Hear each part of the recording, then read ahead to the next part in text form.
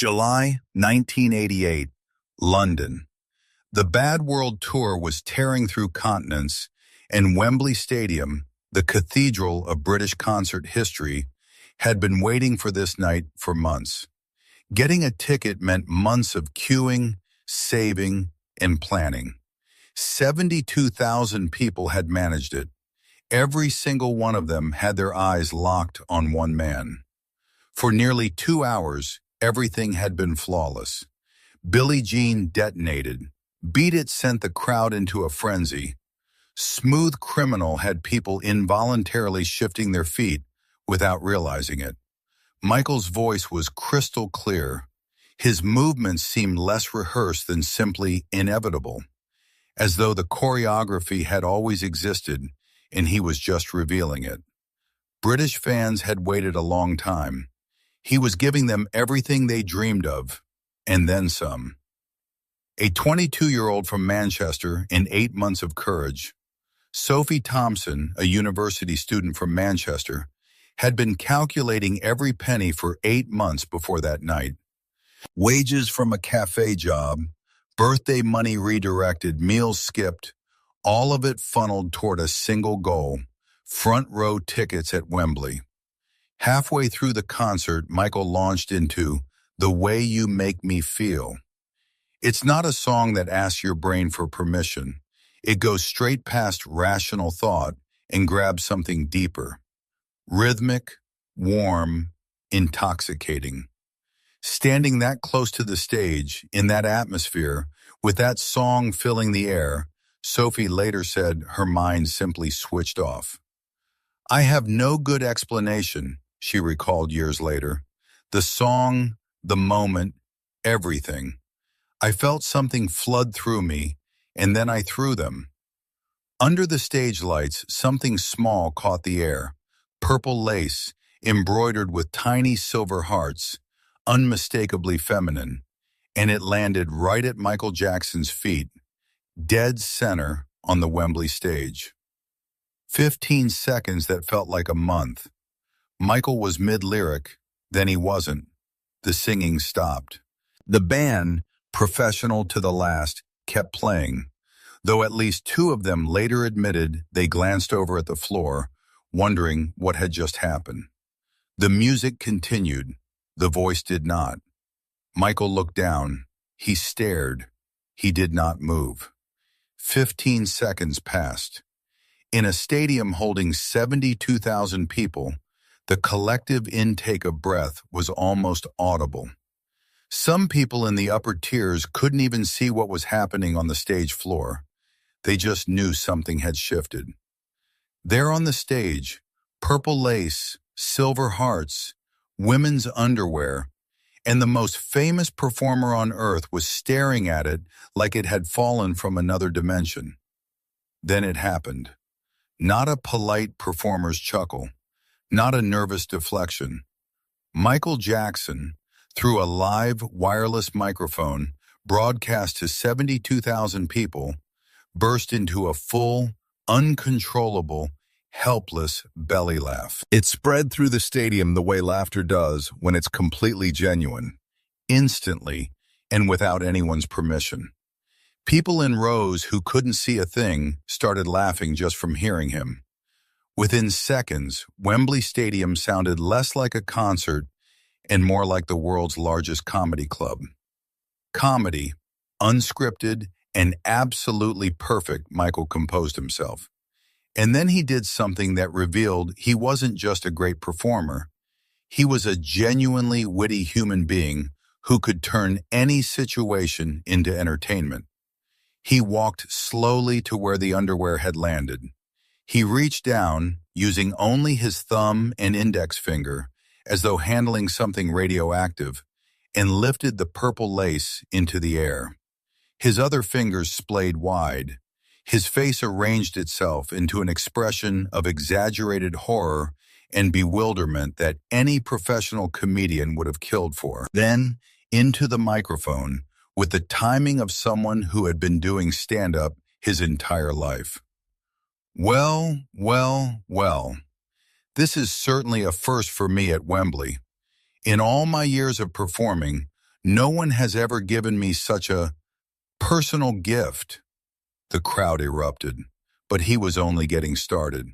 He held the purple underwear up high, twirling them slowly around one finger like a tiny flag of surrender, and addressed the invisible culprit somewhere in the VIP section.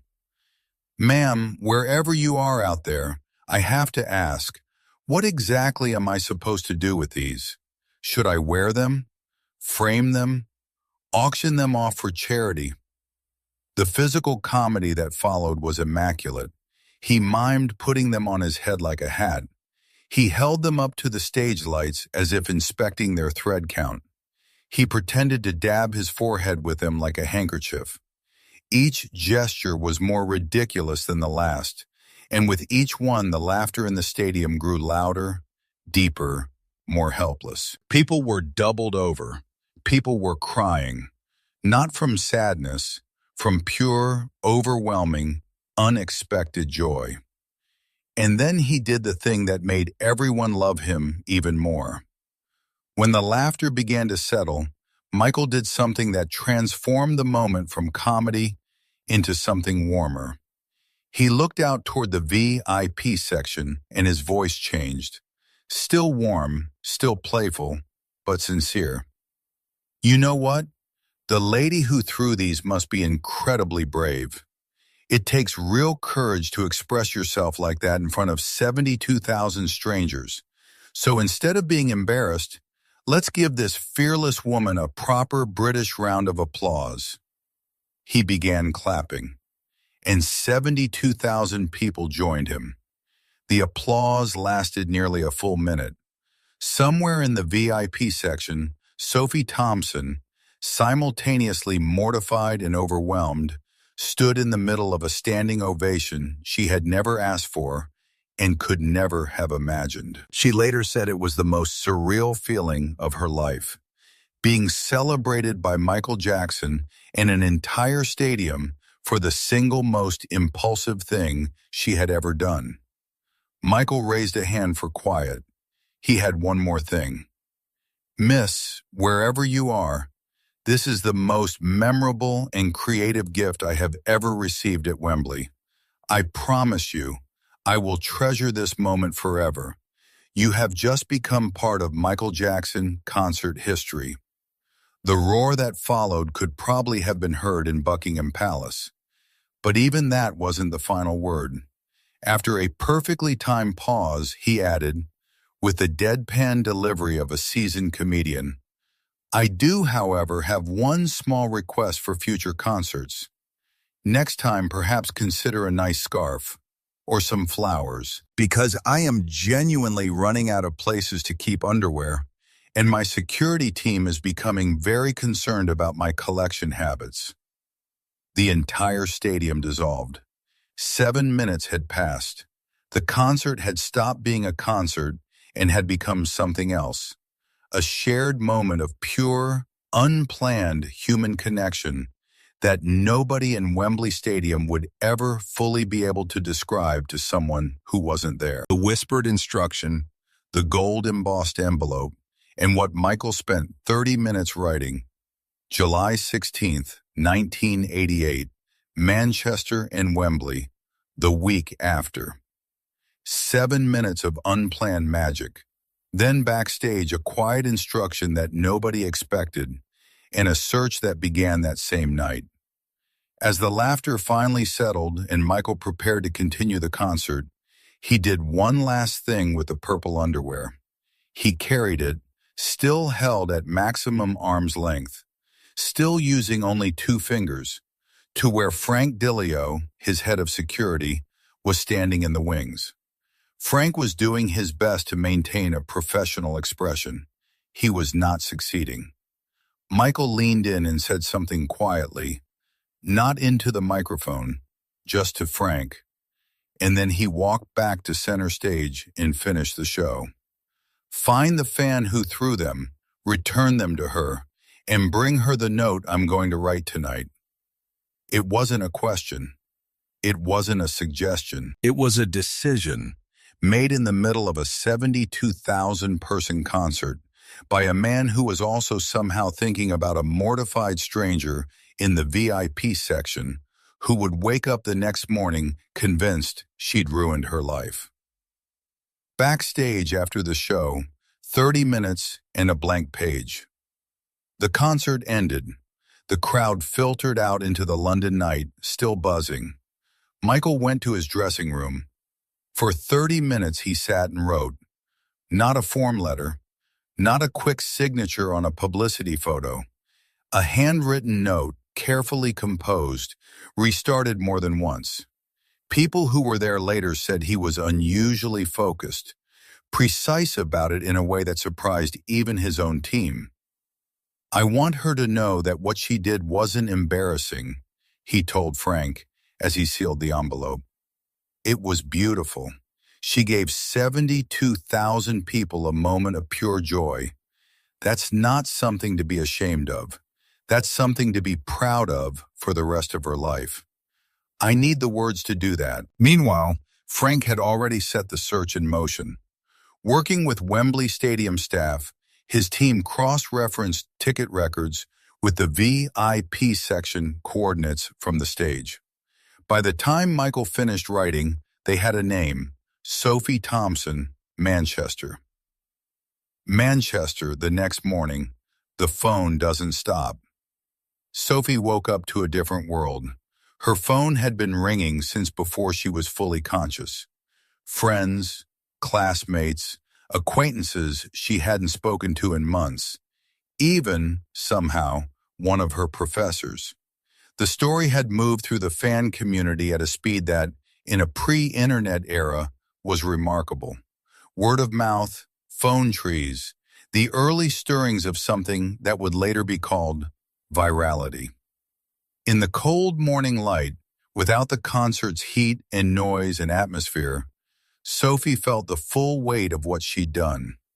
The evening before it had felt spontaneous, electric, joyful. Now it just felt like an enormous mistake. She pulled the curtains. She didn't answer the door. Until the knock she wasn't expecting. A man in a suit and a gold-embossed envelope. He was well-dressed, calm, and holding an envelope with the Michael Jackson tour logo printed in gold. Miss Sophie Thompson, I have a delivery.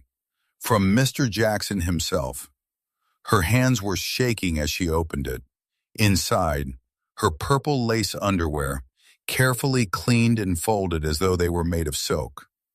A signed photograph from the previous night's concert, and a handwritten note. To the bravest fan at Wembley, thank you for the most unexpected laugh of my career, and for something more than that.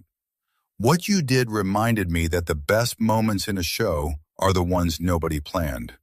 For a few minutes last night, 72,000 people were connected by pure, unscripted joy.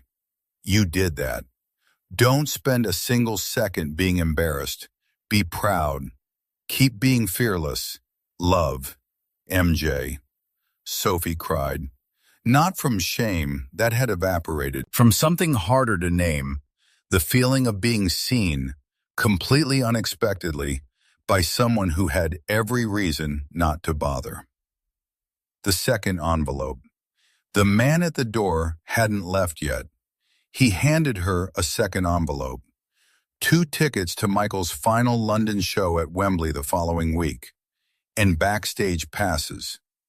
Mr. Jackson would very much like to meet the young lady who brought such joy to his performance.